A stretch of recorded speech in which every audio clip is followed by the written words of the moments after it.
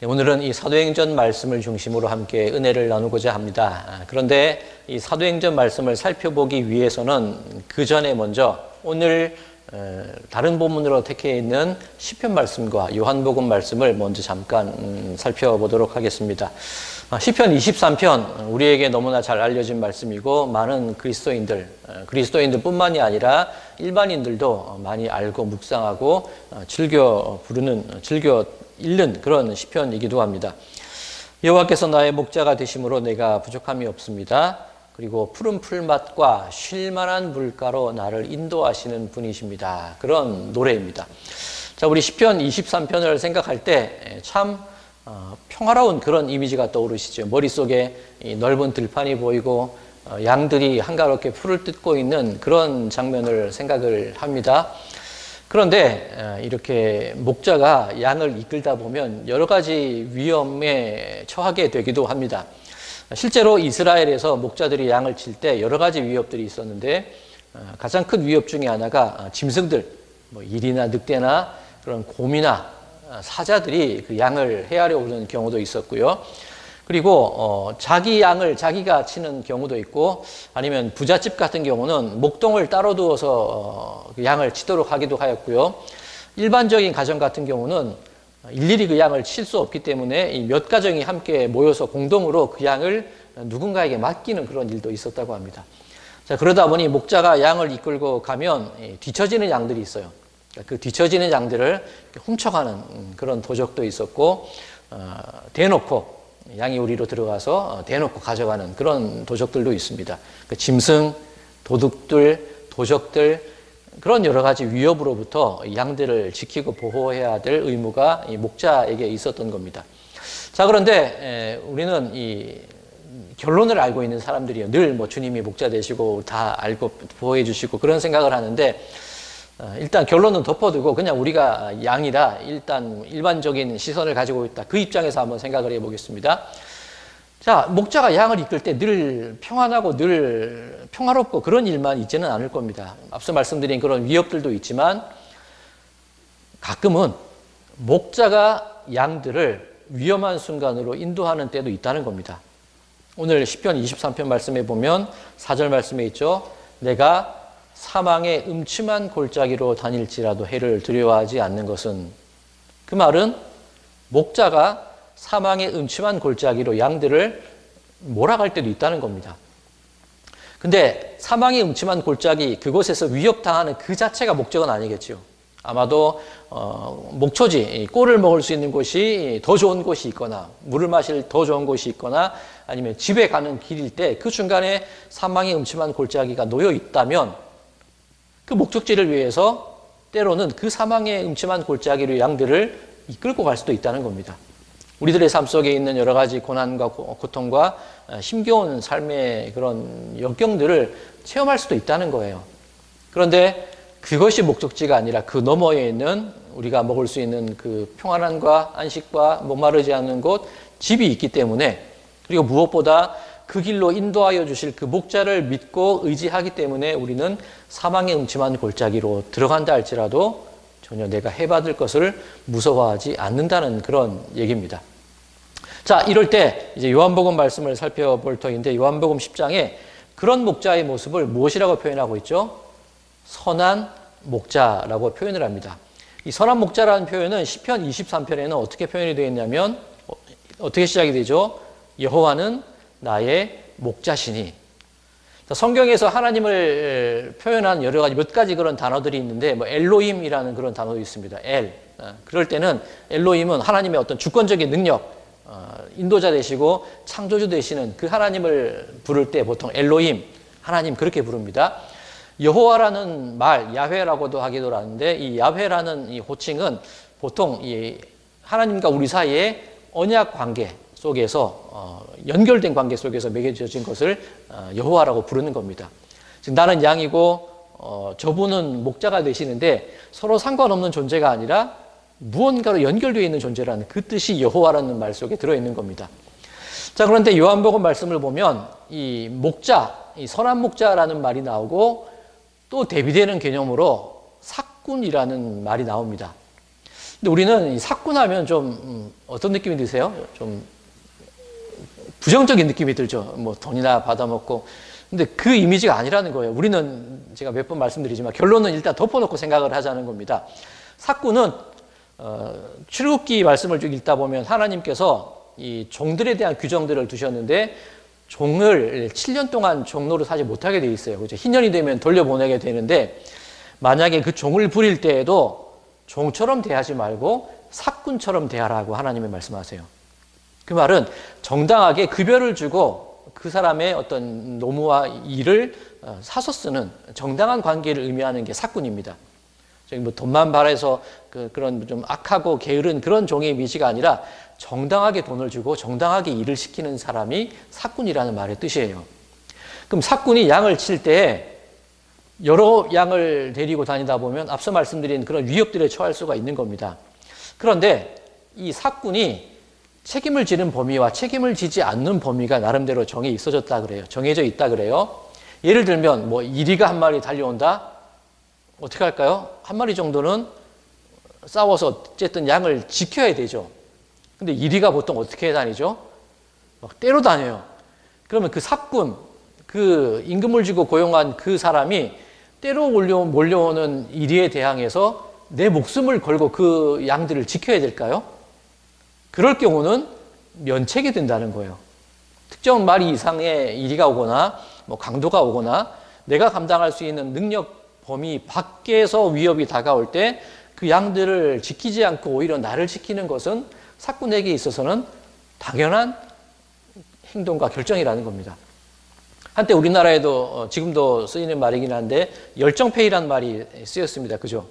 돈은 쥐꼬리만큼 주면서 일은 많이 시켜. 그 말이 열정페이란 말입니다. 사꾼 같은 경우에 그런 열정페이를 기대할 수는 없다는 거예요. 가끔은 그렇게 열정적으로 하는 사꾼도 있겠지만 그 이상의 것을 기대할 수는 없다는 겁니다. 그게 지극히 당연하다는 거예요. 그런데 선한 목자 되시는 주님은 어떻게 하시냐? 우리가 일반적으로 생각하는 일정 수준 상식선, 보통으로 통용되는 그것을 넘어서서 양들을 지키는 분이 선한 목자라는 겁니다. 자, 그 선한 목자가 어떻게 하시느냐? 요한복음 10장 15절 말씀 뒷부분에 이렇게 되어 있습니다. 나는 양을 위하여 목숨을 버리노라. 일반적인 경우라면 안 그래도 되는데 예수님께서 여호와께서 우리를 지켜주실 때는 당신의 목숨까지도 내어주시고 우리를 지켜주는 분이 되셨습니다라는 고백입니다. 자, 만약에 내 목자가 그런 분이라면 사망의 음침한 골짜기로 내가 들어갈 때에 더욱더 의지가 되고 더욱더 신뢰가 가고 더욱더 믿을 수 있겠지요. 내가 저리로 가다가 위협이 당할 때 저 사람 도망갈 거야 그러면 못 들어가요. 근데 저분이라면 자기 목숨까지라도 걸고 나를 지켜줄 거라는 믿음이 있기 때문에 그 사망의 음침한 골짜기를 알지라도 내가 순수한 마음으로 순종하고 따라 들어갈 수 있다는 겁니다. 절대적인 신뢰관계, 믿음의 관계가 맺어져 있다는 거예요. 자, 이제 이 말씀을 기억하고 오늘 본문인 사도행전으로 넘어가 보도록 하겠습니다. 오늘 사도행전 4장 말씀은 이 베드로와 요한이 이 산헤드린 공의회 앞에 재판을 받는 그런 광경입니다. 왜 재판을 받게 되었냐면 성전 미문에 앉아있던 안진뱅이를 일으켰지요. 기적을 베푸는 것, 사람 나면서부터 걷지 못한 사람을 일으킨 것이 무엇이 문제겠습니까만 누구의 이름으로 그 일을 일어나게 했죠? 나사렛 예수 그리스도의 이름으로 일어나 걸으라. 그것이 문제가 되었다는 겁니다. 자, 이 사도행전 4장 말씀에 이렇게 되어 있습니다. 5절, 이튿날 관리들과 장로들과 서기관들이 예루살렘에 모였는데 대제사장 안나스와 가야바와 요한과 알렉산더와 및 대제사장의 문중이 다 참여하여 사도들을 가운데 세우고 묻되 너희가 무슨 권세와 누구의 이름으로 이 일을 행하였느냐? 문제를 삼기 시작하는데 자, 지금 이 벌어지고 있는 이 일들 어딘가 낯익은 장면 아닙니까?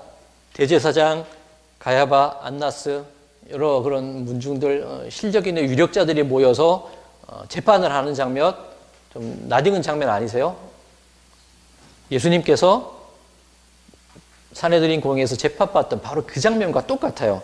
오른쪽에 이 요한복음 18장 말씀 제가 자료를 준비해 드렸는데 요한복음 18장 24절에서 27절입니다. 안나스가 예수를 결박한 그대로 대제사장 가야바에게 보내니라. 그죠? 이름이 똑같죠. 그 당시 활동하던 대제사장 안나스와 가야바와 그 사람들이 예수님을 재판하던 그때와 똑같다는 거예요. 그런데 지금 사도행전 4장 말씀에 보면 재판이 더 크게 벌어졌습니다. 그때보다 더 많은 인원들과 더 많은 사람들이 함께 모여서 이제 이 일을 벌이고 있는 거예요. 재판을 벌이고 있는 거예요. 오늘 우리가 택한 본문은 아니지만 사도행전 4장 앞쪽을 보면 1절인가 2절을 보면 이 일들이 왜 일어나게 됐냐, 왜 이런 모임이 모이게 됐냐 하면 사두개인들이 이 일을 주도하는 주도자 중에 한 세력으로 묘사가 됩니다. 사두개인들은 부활을 믿지 않던 사람들입니다. 그런데 지금 베드로와 요한이 예수님을 부활했다고 얘기를 하고 다니는 거예요. 그죠? 그리고 그 이름으로 병자들을 고치는 거예요. 그러니 사두개인의 입장에서는 어떻습니까? 우리가 진리라고 믿고 우리가 주장하고 있는 가장 중심적인 얘기를 정면으로 반박하고 있는 거예요. 만약에 이 사람들이 하는 일들을 그대로 내버려 둔다면 우리들의 권위가 떨어지게 되는 겁니다. 좀 속된 말로 표현하면 좀 죄송한 표현이지만 내가 밥 먹고 살 일이 흔들리게 된다는 거예요. 대제사장도 그렇고 사두개인도 그렇고 서기관들도 그렇고 자기들이 자기들의 위치와 지위를 유지하기 위해서는 나름대로 챙겨야 될 그런 원칙들이 있는데 그 원칙이 무너지게 된다는 겁니다. 그러면 이 재판이 열리게 된 근원적인 이유가 어디에 있죠? 내가 저 예수라는 사람이 우리를 위협하는 사람이었는데 우리들의 어떤 권위와 우리들의 존재를 위협하는 사람이었는데 예전에 우리가 저 예수를 처치했어. 그런데 그 예수를 따른다는 또 다른 이 베드로가 또 일어나서 또 그 일을 하고 있는 거예요. 이 사람들은 철저하게 이 베드로와 요한 그리고 예수를 따른다는 사람을 짓밟아야지 더 이상 자기들에게 위협이 되지 않겠다는 판단이 서겠죠. 그래서 이제 이 사내들인 공회가 모여지게 되는 겁니다. 그리고 예수님 때보다 더 큰 규모로 더 많은 사람들이 모여서 이 재판의 현장이 진행되게 되는 겁니다. 여러분들이라면 베드로의 입장에서 한번 생각을 해보시겠습니다. 얼마 전 똑같은 곳에서 똑같은 사람들이 모여서 예수님을 재판할 때 베드로는 무엇을 하고 있었죠? 이 밤새 모닥불을 쬐면서 예수님을 부인을 했어요. 너 같은 제자 아니냐? 너 같이 있는 사람 봤다? 네 말투가 보니까 갈릴리 사람 방언을 쓰고 있는데 심지어 어린 여자아이가 그죠? 너 예수님과 따르는 걸 내가 봤어 말할 때 베드로는 아니라 그래요. 예수님을 저주하기까지 해요. 그 기억이 있던 베드로가 심지어 어린 아이의 말조차 그 아이의 얘기조차 두려워해서 거짓말을 하고 예수님을 부인했던 그 베드로가 똑같은 현장에 서 있는 겁니다. 어쩌면 이 두려움, 그죠? 트라우마 그런 게 있을 수도 있어요. 자기 자신에게는 큰 상처로 남아있는 사건이었을 겁니다. 자, 그런데 이 베드로 어떻게 자신의 어떤 과거의 그런 잘못들과 실수와 트라우마를 극복해 나가는가? 그 장면이 오늘 본문에 고스란히 들어있다는 거예요. 그럼 또 한 가지 생각해 봐야 될 것이 이 베드로가 경험했던 것을 다시 경험하는 겁니다. 그런데 사실 베드로는 이전에도 부활하신 예수님과 만날 때 예전에 경험했던 것을 똑같이 경험한 그런 체험이 있어요. 예수님의 그 재판정에서의 체험을 오늘 이 자리가 아니라 그 전에 한 번 더 경험한 적이 있습니다. 언제냐면 부활하신 예수님께서 언제 오실지 기다리지 못해서 나는 고기 잡으러 가겠노라. 그리고 고기 잡으러 가요. 요한복음 21장에 있죠. 밤새 그물을 내렸는데 고기가 안 잡혀요. 그때 저기 해변가에서 예수님께서 뭐라 그러시죠? 네 오른편에 그물을 내리라. 그랬더니 그물 가득 고기가 잡혀요. 해변가로 왔습니다. 예수님께서 모닥불을 피워놓고 계세요. 거기에 떡과 고기를 생선을 굽고 계십니다. 와서 아침을 먹으라. 자, 부활하신 예수님께서 모닥불을 펴놓고 계세요. 불을 펴놓고 계세요. 어떤 장면이 떠올라요? 내가 그죠? 그 재판장에서 모닥불 앞에서 예수님을 부인하던 바로 그 장면이 똑같이 재현되고 있는 겁니다. 어떤 사람이 농담으로 그런 얘기를 하는 걸 들었는데 내가 예수님이라면 닭을 구웠을 거래요. 그 닭이 굴자 그저 베드로가 그 자기의 그 잘못을 부인한 것을 깨닫게 되니까 누군가 그런 얘기를 한 걸 들었습니다. 그건 아니고 떡과 이 생선을 굽고 계셨는데 그 자리는 내가 피하고 싶은 자리예요. 그죠? 내가 예수님을 거절하고 부인하고 그 자리를 예수님이 똑같이 만들어 놓으신 거예요. 저희 이 고향 표현대로 참 얄궂은, 그죠? 얄궂다. 그런 일이 일어나고 있는 겁니다. 자, 그때 예수님께서 하신 말씀이 무엇이죠? 네가 나를 사랑하느냐? 네가 나를 사랑하느냐?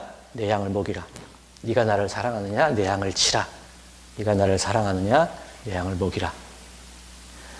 과거의 실패의 자리 똑같이 재현해 놓고 예수님께서 요청하시기를 나 사랑하니? 너에게 맡겨줄 일이 있는데 할 수 있겠니? 계속 질문하시는 거예요. 베드로는 그 자리를 떠나고 싶었을 겁니다. 그죠? 결국 예수님께 대답을 하긴 하지만 그 대답이 시원치 않아요. 이 원문을 보면 네가 나를 사랑하느냐 할 때 정말 이 온 마음을 다해서 온 정성을 다해서 사랑하겠냐고 물었을 때 대답을 못해요. 제대로. 그냥 형제 간의 사랑이나 어떤 아는 사람과의 사랑, 뭐 필리오케 뭐 이런 식으로 뭐 에로스 그런 식으로의 사랑밖에 대답을 못해요. 자, 그랬던 베드로였는데 똑같이 과거의 장면이 또 재현되고 있어요. 이번에는 어떻게 대답을 하느냐?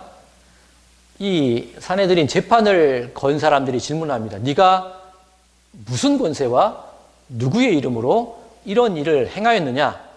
그렇게 질문을 합니다. 자, 여기에는 이 질문에는 주의해야 될 것이 있는데 단순히 누가 시켰어? 무슨 뜻으로 했어? 이 뜻이 아니라 이 사두개인들과 이 대제사장들이 의도한 의도가 들어있다는 거예요. 예수님께서 여러 병자들을 고치실 때에 네 죄가 사해졌다라고 말씀을 자주 하셨죠. 그때 서기관이나 다른 사람들이 속으로 무슨 생각을 했냐면 저가 누구이기에 죄사함을 얘기하는가? 신성모독이로다. 그렇게 얘기합니다. 누군가를 고치거나 누군가의 죄를 사할 때 그 고침과 속죄의 선포는 누구의 이름으로만 해야 되냐면 하나님의 이름으로만 선포가 되어야 돼요. 하나님의 이름으로만 속죄의 선포가 이루어지고 하나님의 이름으로만 병 나음이 일어나야 되는 겁니다. 자, 그런데 지금 베드로에게 질문하기를 무슨 권세와 누구의 이름으로 이 일을 행하였느냐라고 질문하는 것은 일종의 유도심판, 유도신문인 거죠. 당연히 베드로는 뭐라고 대답을 해야 됩니까? 하나님이라는 대답을 해야 되는데 그 대답이 아닌 다른 대답이 나오면 이는 신성모독이니라. 그 결과가 나오는 겁니다. 이 유대인으로부터 출교당하는 일이 벌어질 수 있는 그 상황이 된 겁니다. 베드로가 뭐라고 대답을 하죠? 너희들이 죽이고 부활하신 그분 나사렛 예수 그리스도의 이름으로 그 사람이 일어나 선 것을 너희가 보지 못하느냐? 내가 이 자리에 왜 서 있냐면 너희들이 죽였던 그 예수 그리스도 그분의 권능과 그분의 이름에 의지해서 내가 이 자리에 서 있는 거다. 그 선포를 하고 있는 겁니다. 베드로가 예수님의 그 죽음의 과정과 재판의 과정을 다 지켜본 사람이에요. 몰랐을까요? 예수라는 이름, 하나님이라는 그 호칭 대신 예수라는 이름이 나오게 되었을 때 자기에게 주어질 그런 핍박이나 고난이나 불리한 정황을 몰랐을까요?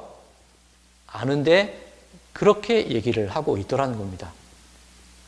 이전과 완전히 변화된 베드로의 모습이 드러나는 겁니다. 왜 이럴 수 있었을까? 왜 이럴 수 있었을까?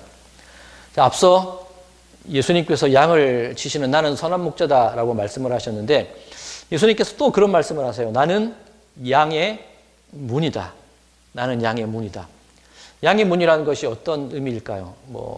그 당시 이 목동들의 모습, 그 실생활을 들여다보면 만약에 우리가 있는 이곳이 이 양을 좀 모아놓는 양의 우리라고 생각을 해봅시다. 이 들판이니까 돌담을 쌓거나 나무를 쌓아서 이렇게 우리를 만들었겠죠. 그럼 그곳에 들어가는 문이 필요합니다. 그 문에 목자가 그 문에 앉아서 쉰다고 한번 생각을 해볼게요. 밤이 되었을 때 이 벽이 높아요. 그리고 문이 있는데 그 문, 나무로 된 문이 아니라 목자가 그 문에 앉아 있어요. 누군가 들어올 때 이리가 들어오든 도둑이 들어오건 담 넘으면 모르겠지만 그 문으로 들어오기 위해서는 목자를 지나쳐야 되죠. 그러면 그 목자는 양의 문이 되는 겁니다. 이게 그 목동들의 삶 속에서 보여지는 양의 문이라는 이미지입니다. 그런데 또 하나 있어요. 양의 문이. 오른쪽에 준비해드린 자료 보면 출애굽기 12장 말씀입니다. 무슨 얘기냐면 출애굽하던 날 밤 애굽에 처음 난 장자들을 죽이기 위해서 죽음의 사자가 그 애굽으로 찾아오게 됩니다. 어떻게 해야 그 죽음에서 벗어날 수 있습니까? 어린 양을 잡아서 그 피를 문 설주와 문 임방에 바를 때에 죽음의 사자가 그 집을 넘어가게 됩니다. 그러면 어린 양의 피가 발려진 문 임방과 문 설주, 그것은 양의 문이 되는 거예요. 내가 양의 문이란 예수님의 말씀은 나는 너희를 위하여 목숨까지도 버릴 수 있는 선한 목자인데 내 피와 내 죽음과 내 부활과 내 모든 온 삶을 통하여서 너희들을 그 모든 죽음과 환난과 핍박과 너희들을 해하려는 모든 그런 간악한 괴계로부터 너희들을 지켜주는 문이 내가 된다. 그 말씀을 하시는 거예요. 베드로가 이제 그 눈이 열려지기 시작을 하는 겁니다. 자, 이 요한복음 말씀에 또 한 가지 살펴볼 것이 있습니다. 15절에서 나는 양을 위하여 목숨을 버리노라 라고 말씀을 했죠. 그런데 또 예수님의 놀라운 선언이 있는데 무슨 선언이냐면 오늘 요한복음 10장 18절 말씀입니다. 함께 읽어볼까요? 시작. 이를 내게서 빼앗는 자가 있는 것이 아니라 내가 스스로 버리노라. 나는 버릴 권세도 다시 얻을 권세도 있으니 이 계명은 내 아버지에게서 받았노라 하시니라. 아멘. 나는 선한 목자고 양을 위하여 목숨을 버리는데 내가 죽는 것은 다른 이가 나를 죽였다는 건가요? 아니면 내가 선택을 했다는 건가요? 내가 선택을 했다는 겁니다. 그런데 내가 내 목숨을 버릴 권세도 있고 또 어떻게 할 권세도 있다는 거죠? 내 목숨을 다시 얻을 권세도 있다는 겁니다. 너희가 무슨 권세로 누구의 이름으로 이 일을 행하느냐? 예수의 권세인데 그 권세 속에는 내가 핍박을 당할 때 죽임 당할 수도 있는 두려움이 있지만 너희가 나를 죽이는 게 아니라는 거예요. 내가 그 길을 택해서 가는데 그 길을 걸어갈 때 예수님께서 나의 목자가 되어주심을 통하여서 나는 그분의 의지에서 그 생명이 나를 지켜주실 것이고 결국에는 그 생명을 통하여 나는 다시금 영원한 생명을 누릴 것이라는 확실한 신뢰와 믿음이 있기 때문에 그 양과 목자 사이에 여호와라고 부를 수 있는 나의 목자라고 부를 수 있는 그 믿음의 확실한 마음이 베드로에게 자리 잡혔기 때문에 베드로는 담대하게 이 사람들의 유도 신문 속에서도 예수 그리스도의 이름과 그 권세를 선언할 수 있다는 겁니다. 자, 그런데 베드로가 이런 얘기를 할 때 어떤 마음으로 이 얘기를 했을까? 그것을 오늘 또 성경은 증거하고 있습니다. 사도행전 4장 8절 말씀이죠. 우리 함께 읽을까요? 시작. 이에 베드로가 성령이 충만하여 이르되 백성의 관리들과 장로들아. 무엇에 충만했다고요? 성령에 충만해서 그 백성의 장로들과 대제사장에게 담대히 그 얘기를 한다는 겁니다. 자, 그런데 우리는 성령 하면 그런 생각을 해요. 뭔가 좀 황홀하고, 그죠? 뭔가 일반적인 것을 뛰어넘는 그런 강권적인 역사를 성령의 역사라고 생각합니다. 물론 맞습니다만, 그게 성령의 전부는 아니거든요. 오른쪽 준비해드린 자료 보시면 요한복음 14장 26절입니다. 제가 읽어드릴게요. 보혜사, 곧 아버지께서 내 이름으로 보내실 성령, 그가 너희에게 모든 것을 가르치고 내가 너희에게 말한 모든 것을 생각나게 하리라. 성령의 역할이 뭐죠? 나를 막 흥분하게 만들고 나를 황홀경에 빠뜨리게 만들어서 그렇게 내가 알지도 못하는 그 일을 행하게 만드는 분이 성령이 아니라 예수님께서 무슨 말씀을 하셨고 예수님께서 어떤 일을 나에게 보여주셨는지 과거의 그 일이라 할지라도 그것을 나로 하여금 기억나게 하시고 생각나게 하시고 저들 앞에서 무슨 말을 해야 될지 그것을 알게끔 해주시는 분의 역할이 누구의 역할이라는 거죠? 성령님의 의지에서 그 모든 일을 행한다는 겁니다. 자, 오늘 요한 1서 말씀도 오늘 본문이기도 한데 요한 1서 3장 제일 마지막 절 24절입니다. 제가 읽어드릴게요. 요한 1서 3장 24절입니다. 그의 계명을 지키는 자는 주 안에 거하고 주는 그의 안에서 거하시나니 우리에게 주신 성령으로 말미암아 그가 우리 안에 거하시는 줄을 우리가 아느니라. 내가 예수님과 함께 있다는 것을 누구를 통해서 알 수 있게 된다는 거죠? 그게 성령의 역할이라는 거예요.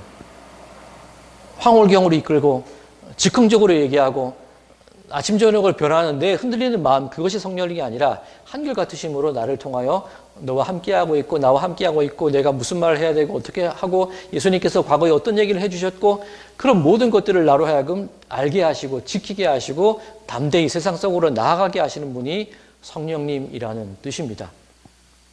자, 오늘 설교의 제목을 참 어제 이 제목을 어떻게 할까 참 많은 고민을 했어요. 오늘 이 정하기는 무슨 권세, 누구의 이름이라는 제목을 정했습니다. 무슨 권세죠?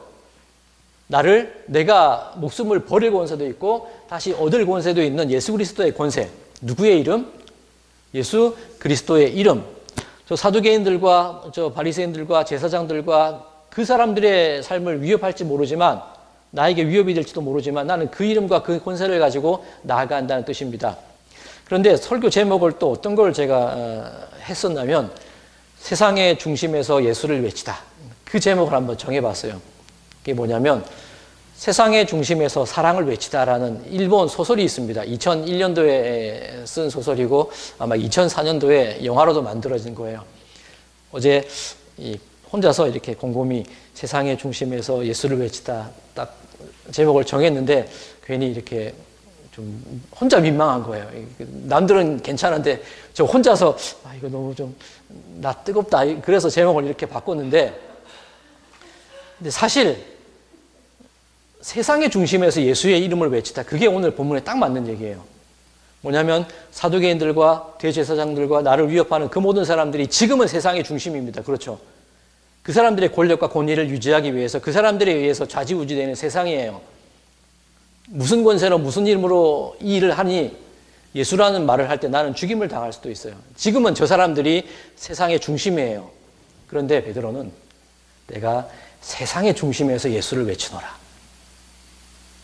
여러분들의 삶이 그렇다는 거예요. 우리가 살아갈 인생 속 세상 속에는 어떤 일들이 있을지 몰라요. 그런데 우리는 그 세상 한가운데에서 담대함으로 나는 이런 사람입니다. 나는 이런 힘으로 살아갑니다. 예수님께서 나의 목자가 되시고 나의 생명을 지켜주실 것을 나는 그분에 대한 믿음과 확실한 신뢰가 있기 때문에 나는 세상 한가운데에 나가서라도 이렇게 외칠 수 있습니다라는 그 담대함이 우리들의 마음 가운데 생기는 거예요. 베드로가 이전에는 실패의 자리, 그 두려움의 자리에 있었는데 바뀌었습니다. 이제는 아는 거예요. 예수님께서 어떻게 역사하실 것이고 예수님께서 나를 어떻게 이끄실 것이고 예수님께서 나를 통해 어떻게 교회를 세워나가실 것이고 예수님께서 그 교회를 통해 이 세상을 어떻게 바꿔 나가시에 대한 확실한 믿음과 자신이 있기 때문에 세상의 한가운데에서 예수의 이름을 외칠 수 있는 겁니다. 바로 그 권세를, 그 이름을 여러분들에게도 이미 허락해 주셨다는 사실을 믿으시기 바랍니다. 세상의 중심에서 예수를 외치다. 설교 이름 바꿀래요? 제목 바꿀래요? 이걸로 유튜브에 세상의 중심에서 예수를 외치다로 바꾸겠습니다. 세상의 중심에서 예수를 외치다. 우리들의 삶의 모습이고 세상 속에서 자신 있게 승리하며 담대히 나갈 수 있는 우리들의 믿음의 중심인 줄로 믿습니다. 바라긴 여러분들의 삶, 세상의 중심에서 예수를 외치다. 그 모습으로 살아가시는 모든 분들의 삶이 되시기를 간절히 소망합니다. 그렇게 될 때 여러분들의 생명을 얻게 할 그 권세, 그 이름, 사망의 음침한 골짜기로 다닐지라도 나는 해를 두려워하지 않을 것은 주의 지팡이와 막대기가 나를 안위하시나이다.